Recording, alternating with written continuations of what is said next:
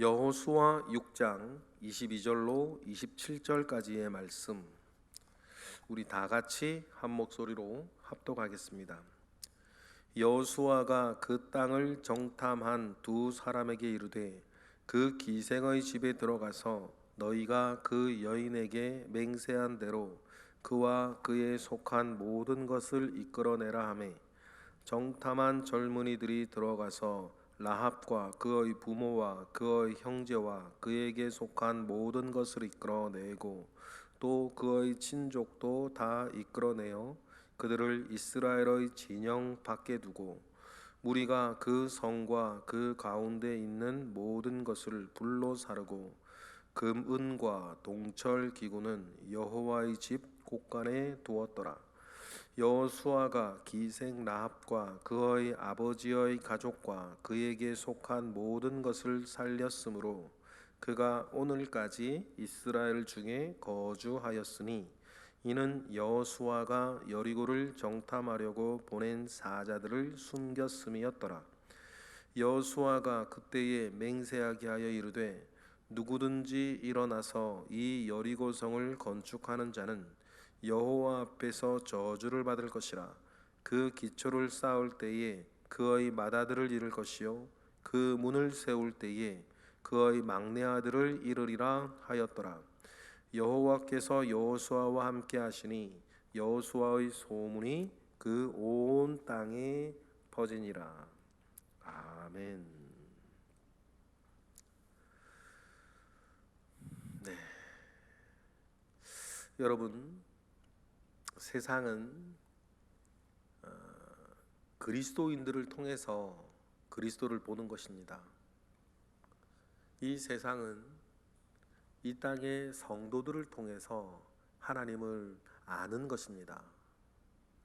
우리는 성경 말씀과 또 받는 은혜를 통해서 하나님을 느끼고 하나님을 압니다.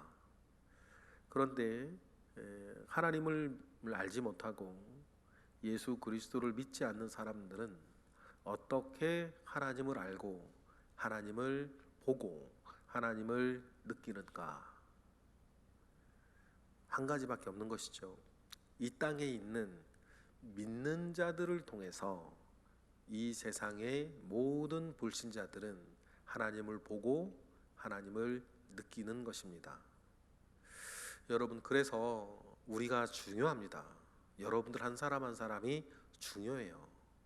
여러분들이 어떻게 말하고 어떻게 행동하고 어떻게 결정하고 어떻게 사는지에 따라 여러분 주변에 있는 또 다른 불신자들은 하나님을 느끼고 하나님을 보는 것입니다.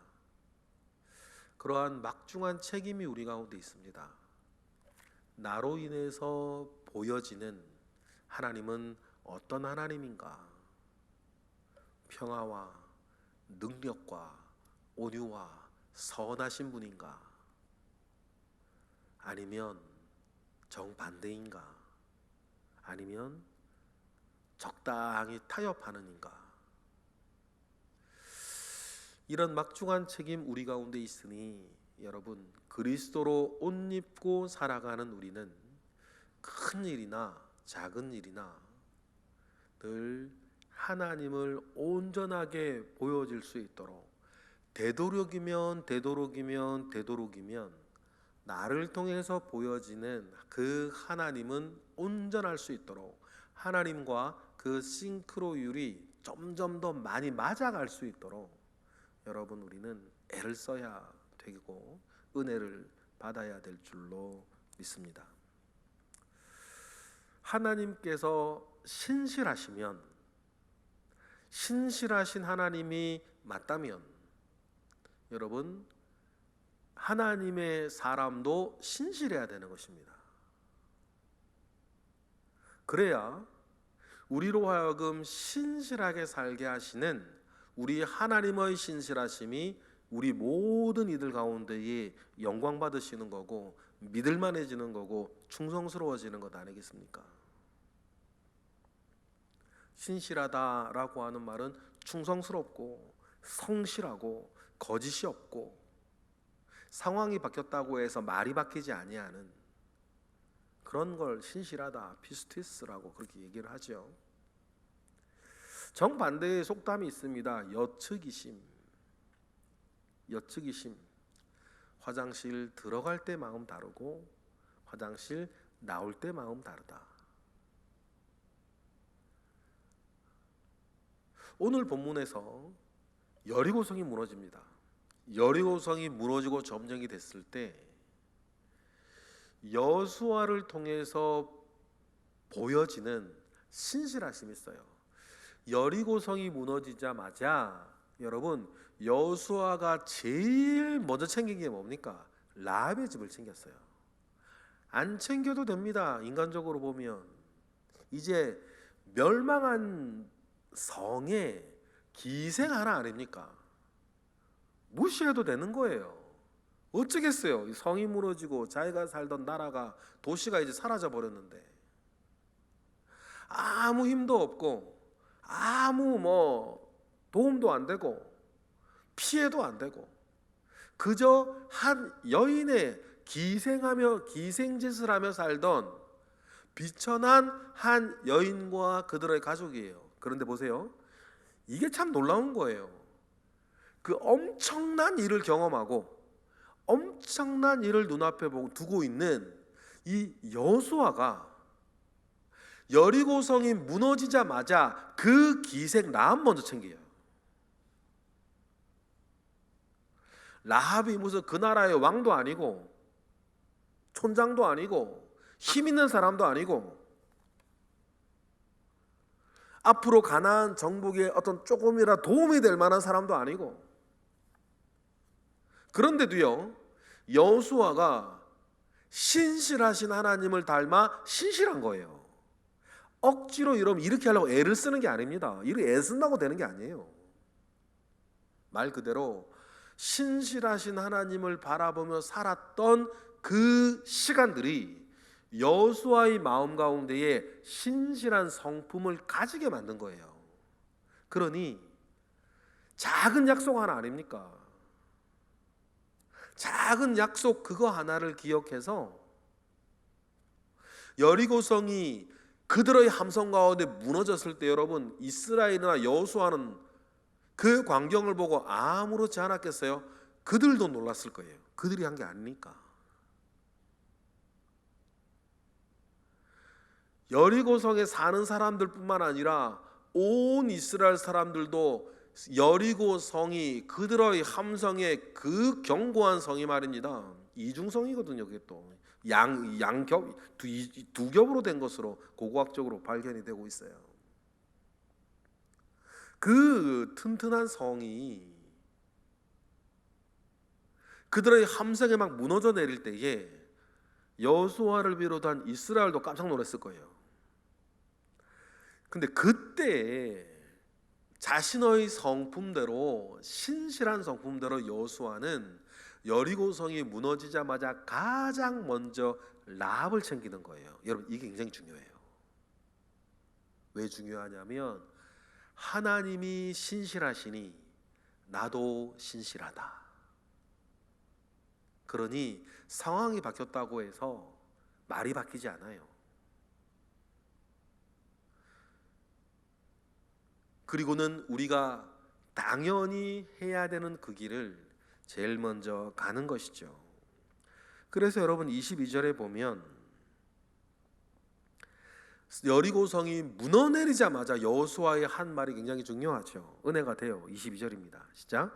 여호수아가 그 땅을 정탐한 두 사람에게 이르되 그 기생의 집에 들어가서 너희가 그 여인에게 맹세한 대로 그와 그에게 속한 모든 것을 이끌어내라 하매 어떤 피해도 주지 아니하도록 신실하게 너희들의 말을 지키라 얘기를 하죠.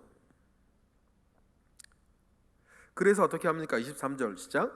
정탐한 젊은이들이 들어가서 라합과 그의 부모와 그의 형제와 그에게 속한 모든 것을 이끌어내고 또 그의 친족도 다 이끌어내어 그들을 이스라엘의 진영 밖 안전한 곳에 두는 거예요.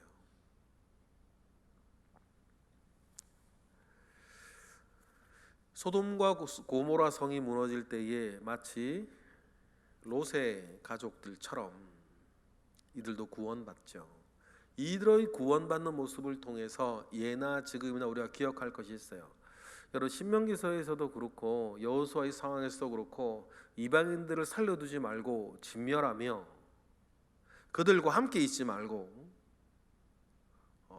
그들을 다 이 땅에서 몰아내라고 신명기에도 그렇고 여호수아에도 하나님 명령하셨습니다. 그러나 그 하나님의 명령보다 더 큰 명령이 있어요. 믿는 이는 살아난다는 것이에요. 구약이나 신약이나 마찬가지입니다. 여러분 믿는 이는 살아나는 것입니다. 예수 믿으면 그 어떤 여러분 우리의 윤리와 우리의 명령과 우리의 그 어떤 것들이 있어도 여러분 꼭 기억하세요. 이 모든 것보다 더 우선되는 것이 있습니다. 예수 믿으면 구원받는 것입니다. 마찬가지예요. 그 땅의 모든 여리고성의 모든 남녀노소를 막론하고 모두 진멸하라는 명령이 하나님으로부터 떨어졌는데 그것보다 우선되는 명령이 뭡니까?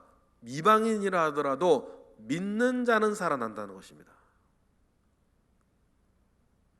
여러분 이 사실을 꼭 기억하시기를 원해요. 믿는 자는 살아나는 것입니다. 나를 믿는 자는 예수님께서 그러셨죠? 나를 믿는 자는 죽어도 살겠고, 이거 믿으십니까? 살아서 나를 믿는 자는 영원히 죽지 아니하리라. 우리 주님 그렇게 약속하셨어요. 여러분 언젠가는 이 말씀이 저와 여러분에게 마지막 소망이고 가장 큰 축복이 되는 것입니다.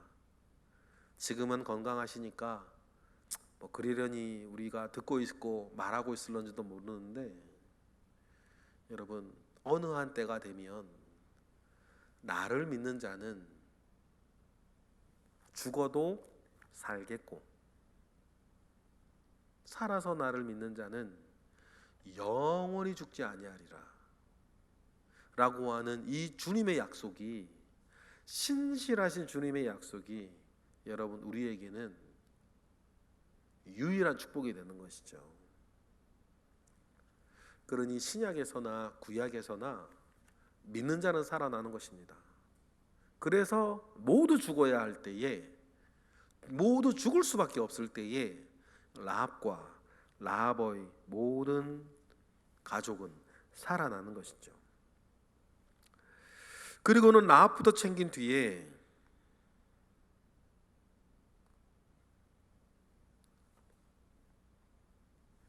이제 여호수아는 명령대로 여리고 성에 있는 모든 것들을 진멸하고 다른 것들은 여호와의 집 곳간에 드립니다. 이것이 명령이었죠.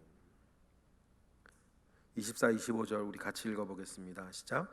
무리가 그 성과 그 가운데에 있는 모든 것을 불로 사르고 금은 은근과 동철 기구는 여호와의 집 곳간 길가를 말해요. 곳간에 두었더라. 여호수아가 기생 라합과 그의 아버지의 가족과 그에게 속한 모든 것을 살렸으므로 그가 오늘까지 이스라엘 중에 거주하였으니 이는 여호수아가 여리고를 정탐하려고 보낸 사자들을 숨겼음이었더라. 믿어서 믿음의 행동을 했던 집은 이렇게 불신자라 하더라도 살아난다. 그리고 여호수아가 이 여리고성에 대해서 저주를 걸어요. 26절은 여러분 노래로 되어 있습니다. 여호수아가 이 26절의 저주를 노래로 만들어서 알린 이유는 간단하죠. 한 가지 이유가 있습니다. 이 짧은 노래를 사람들이 계속해서 오래 기억하라는 것이에요.